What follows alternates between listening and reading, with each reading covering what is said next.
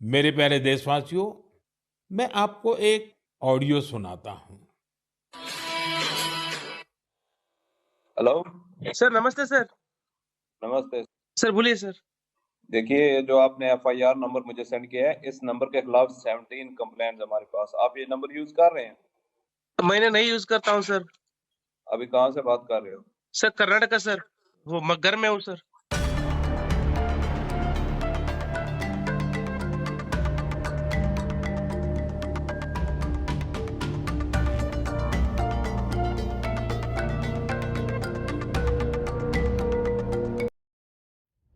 అందరికీ నమస్కారం మరియు సంక్రాంతి శుభాకాంక్షలు. మనం పండగ జరుపుకుంటున్న ఈ సమయంలో సమాజంలో ఒక కొత్త రకమైన దోపిడీ జరుగుతోంది. మన జీవితకాల కష్టాన్ని దోచుకోవడానికి అంతర్జాతీయ సైబర్ నేరగాళ్లు మన ఫోన్ల ద్వారా మన ఇంట్లోకి వస్తున్నారు. ఈరోజు 16 జనవరి 2026. నేను ఈ వీడియో చేస్తున్న ఈ క్షణంలో హైదరాబాద్ మరియు చండీగఢ్ పోలీసులు భారీ రెడ్ అలర్ట్ ప్రకటించారు. గత 24 గంటల్లోనే కోట్లాది రూపాయల దోపిడీ జరిగింది. ఇది కేవలం అంకెలు మాత్రమే కాదు, నాశనమవుతున్న జీవితాల గాథలు. ఊహించండి, మీరు ఇంట్లో ప్రశాంతంగా ఉన్నప్పుడు ఒక వాట్సాప్ వీడియో కాల్ వస్తుంది. స్క్రీన్ మీద పోలీస్ యూనిఫామ్లో ఒక వ్యక్తి కనిపిస్తాడు. వెనుక సిబిఐ లోగో ఉంటుంది. అతను మీ పేరు, మీ ఆధార్ నంబర్, మీ అడ్రస్ అన్నీ చెబుతాడు. ఆపై మీ రక్తాన్ని గడ్డకట్టించే ఆ మాట అంటాడు, మీరు డిజిటల్ అరెస్ట్లో ఉన్నారు. ఈ 10 నిమిషాల లోతైన విశ్లేషణలో మేము మీకు కేవలం కొన్ని చిట్కాలు మాత్రమే ఇవ్వడం లేదు. ఇప్పటికే భారతీయ పౌరుల నుండి 3,000 రూపాయలు కోట్లను కొల్లగొట్టిన ఈ భారీ కుట్రను మేము బట్టబయలు చేస్తున్నాము.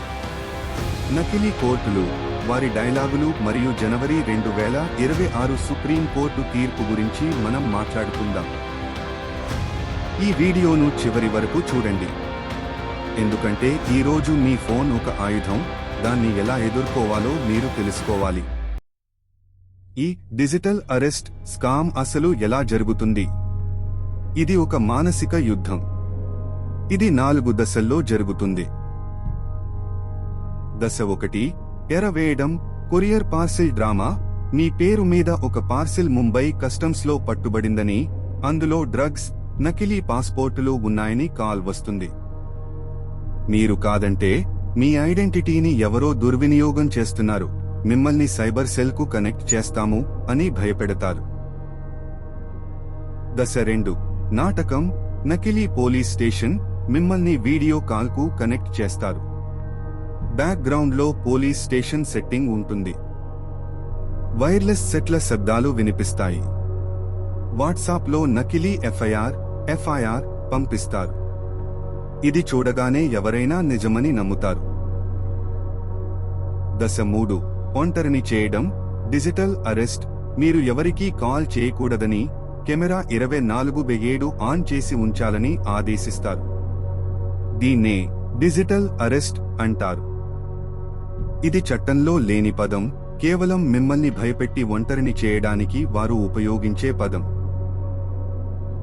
దశ 4, దోపిడీ. వెరిఫికేషన్ పేరుతో మీ బ్యాంక్ డబ్బును వారి ఖాతాలోకి పంపమని అడుగుతారు. ఒకసారి డబ్బు పంపగానే వారు మాయమవుతారు. ఆ డబ్బు సెకన్ల వ్యవధిలో వందలాది అకౌంట్లలోకి మారి చివరకు క్రిప్టోకరెన్సీగా మారిపోతుంది. ఈ వీడియో క్లిప్ను చివరి వరకు తప్పక చూడండి. నమస్కారం. అంటే మనం ఈ రీసెంట్ డేస్ లో బాగా వినిపించే మనకు ఎవరికైనా ఫోన్ చేసినా కూడా ఈ మధ్య కాలంలో వాయిస్ వస్తుంది ఏంటంటే డిజిటల్ అరెస్ట్. ఈ డిజిటల్ అరెస్ట్ అంటే ఏంటి, దీన్ని ఎలా చేస్తారు?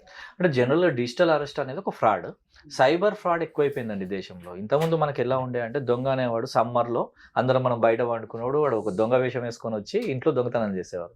ఇప్పుడు అంతా మారిపోయింది, దొంగతనంలో కూడా స్టైల్ మారిపోయింది. ఎలా అంటే వాడు ఊర్లోనే ఉంటాడు, మీ మొబైల్ యూజ్ చేసి మీకు తెలియకుండా మీ అకౌంట్లోకి వెళ్ళి డబ్బులు తీసుకెళ్తాడు. ఇది సైబర్ ఫ్రాడ్. జనరల్గా ఈ సైబర్ ఫ్రాడ్లో ట్రిక్స్ ఉంటాయి. ఇది వన్ ఆఫ్ ద ట్రిక్ అన్నట్టు. డిజిటల్ అరెస్ట్ అనేది ఒక స్కామ్, అది వన్ టైప్ ఆఫ్ స్కామ్. దీనిలో ఏంటంటే ఇంపర్సనేటింగ్ చేస్తా అంటాడు అన్నట్టు. నేనేంటి అంటే ఒక జనరల్ మనిషిని, కానీ ఒక ఎక్సైజ్ ఆఫీసర్ లాగా, పోలీస్ ఇన్స్పెక్టర్ లాగా, లేదంటే మన స్టాంప్ డ్యూటీ కలెక్ట్ చేసే ఆఫీసర్ లాగా చేస్తూ అంటారు అన్నట్టు. ఈ డిజిటల్ అరెస్ట్ అనేది ఏంటి అంటే నయానో భయానో మిమ్మల్ని ఫోన్లో లైన్లోనే ఉంచి ఎటువంటి డౌట్ రాకుండా, వేరే వాళ్ళకి ఫోన్ కూడా చేయకుండా మిమ్మల్ని బెదిరించి నయానో మాయనో మీ జేబులో నుంచి డబ్బులు తీసుకోవడం కానీ, అంటే ఐ మీన్ అకౌంట్లోకి వెళ్ళి డబ్బులు తీసుకోవడం కానీ, మీ ఓటీపీ తీసుకోవడం కానీ జరుగుతుంది. ఇది one type of scam. Cyber fraudster ఎక్కువ ఇది చేస్తున్నారండి. అంటే వీటి మీద ఇలా 2026 ప్రారంభంలో జరిగిన అత్యంత విచారకరమైన కేసు గురించి ఇప్పుడు మాట్లాడుకుందాం. ఢిల్లీకి చెందిన ఒక వృద్ధ దంపతులు 40 ఏళ్లు అమెరికాలో కష్టపడి సంపాదించిన డబ్బుతో ఇండియాకు తిరిగి వచ్చారు. వారిని స్కామర్లు 17 రోజుల పాటు డిజిటల్ అరెస్ట్లో ఉంచారు.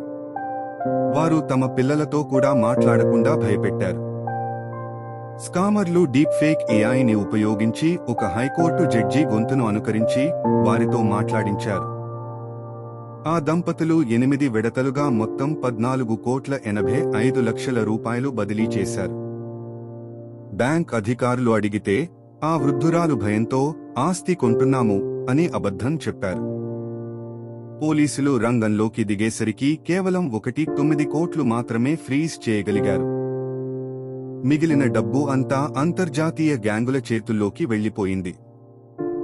వీరి కథ మనకు నేర్పే పాఠం ఒకటే: స్కామర్లు మీ డబ్బు కంటే ఎక్కువగా మీ భయాన్ని వాడుకుంటారు. ఆఫీస్ నుండి కాల్ చేస్తున్నారు. మీ నేమ్ మీద ఒక పార్సల్ వచ్చింది మేడం. ఆ పార్సల్లో డ్రగ్స్ ఉన్నాయి. డ్రగ్సా? డ్రగ్స్ ఏంటి? హలో సార్, ఏం మాట్లాడుతున్నారు? పార్సల్ ఏంటి, డ్రగ్స్ ఏంటి? అసలు ఎవరికి కాల్ చేస్తారు ఒకసారి క్రాస్ చెక్ చేసుకోండి. మేడం, మేము సరిగ్గానే కాల్ చేసాం.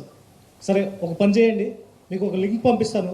ఆ లింక్ ఓపెన్ చేస్తే పోలీస్ అధికారులు, సిబిఐ అధికారులు ఉంటారు. వాళ్ళతో మాట్లాడి తెలుసుకోండి. వాళ్ళు ఏం చెప్తే అది చేయండి. సార్, నాకు దీనికి ఎటువంటి సంబంధం లేదు సార్. మేడం, మీరు ఈ కేసు నుండి బయటపడాలంటే కొంత డబ్బు కట్టాలి, లేకపోతే పోలీసులు అరెస్ట్ చేస్తారు. అరెస్టా? దీన్నే డిజిటల్ అరెస్ట్ స్కామ్ అంటారు. ఇలాంటి డిజిటల్ అరెస్ట్ స్కామ్ల పట్ల జాగ్రత్త వహించండి, లేకపోతే మీ అకౌంట్లో డబ్బులకు చెప్పుకోండి.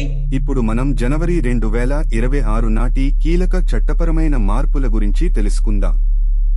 భారత సుప్రీం కోర్టు ఈ స్కామ్లను తీవ్రంగా పరిగణించింది. ఈ కేసులన్నింటినీ సిబిఐకి అప్పగించాలని ఆదేశించింది. బ్యాంకుల బాధ్యత: ఒక వృద్ధుడి ఖాతా నుండి అకస్మాత్తుగా కోట్లాది రూపాయలు ట్రాన్స్ఫర్ అవుతున్నప్పుడు బ్యాంకులు ఎందుకు ఆపలేదు? దీన్నే సర్వీస్ లోపం, డెఫిషియన్సీ ఇన్ సర్వీస్ గా కోర్టు పరిగణిస్తోంది. అంటే భవిష్యత్తులో బ్యాంక్ నిర్లక్ష్యం వల్ల డబ్బు పోతే బ్యాంక్ ఆ డబ్బును తిరిగి చెల్లించాల్సి రావచ్చు. 1930 ప్రోటోకాల్: మీరు మోసపోయారని తెలిసిన వెంటనే మొదటి 2 గంటలు అత్యంత కీలకం. వెంటనే 1930కి కాల్ చేయండి. నేషనల్ సైబర్ క్రైమ్ పోర్టల్లో ఫిర్యాదు చేయండి. సెకన్ల వ్యవధిలో ఆ ట్రాన్సాక్షన్ను పోలీసులు ఆపగలరు. ఈ డిజిటల్ అరెస్ట్ అంశాలు ముగించే ముందు 3 విషయాలు గుర్తుంచుకోండి. చట్టం: భారతదేశంలో ఏ పోలీస్ అధికారి కూడా వీడియో కాల్ ద్వారా ఎవరినీ అరెస్ట్ చేయరు. డబ్బు: ప్రభుత్వ సంస్థలు ఎప్పుడూ మీ డబ్బును ప్రైవేట్ అకౌంట్లకు పంపమని అడగవు. ధైర్యం: మీకు ఇలాంటి కాల్ వస్తే వెంటనే ఫోన్ కట్ చేసి మీ కుటుంబ సభ్యులకు లేదా పోలీసులకు సమాచారం ఇవ్వండి. 2026 సేఫ్టీ చెక్లిస్ట్: 1930 నంబర్ను సేవ్ చేసుకోండి. గుర్తు తెలియని వాట్సాప్ వీడియో కాల్స్ లిఫ్ట్ చేయకండి. స్కామర్లు చెప్పే ఏ యాప్స్, ఎనీడెస్క్ వంటివి ఇన్స్టాల్ చేయకండి. ఈ సంక్రాంతికి మన పెద్దలను మనం కాపాడుకుందాం. ఈ వీడియోను అందరికీ షేర్ చేయండి. ఒక్క కుటుంబం ఆశలు ఆవిరి కాకుండా మనం ఆపగలిగినా మన లక్ష్యం నెరవేరినట్లే. సురక్షితంగా ఉండండి, అవగాహనతో ఉండండి. జై హింద్.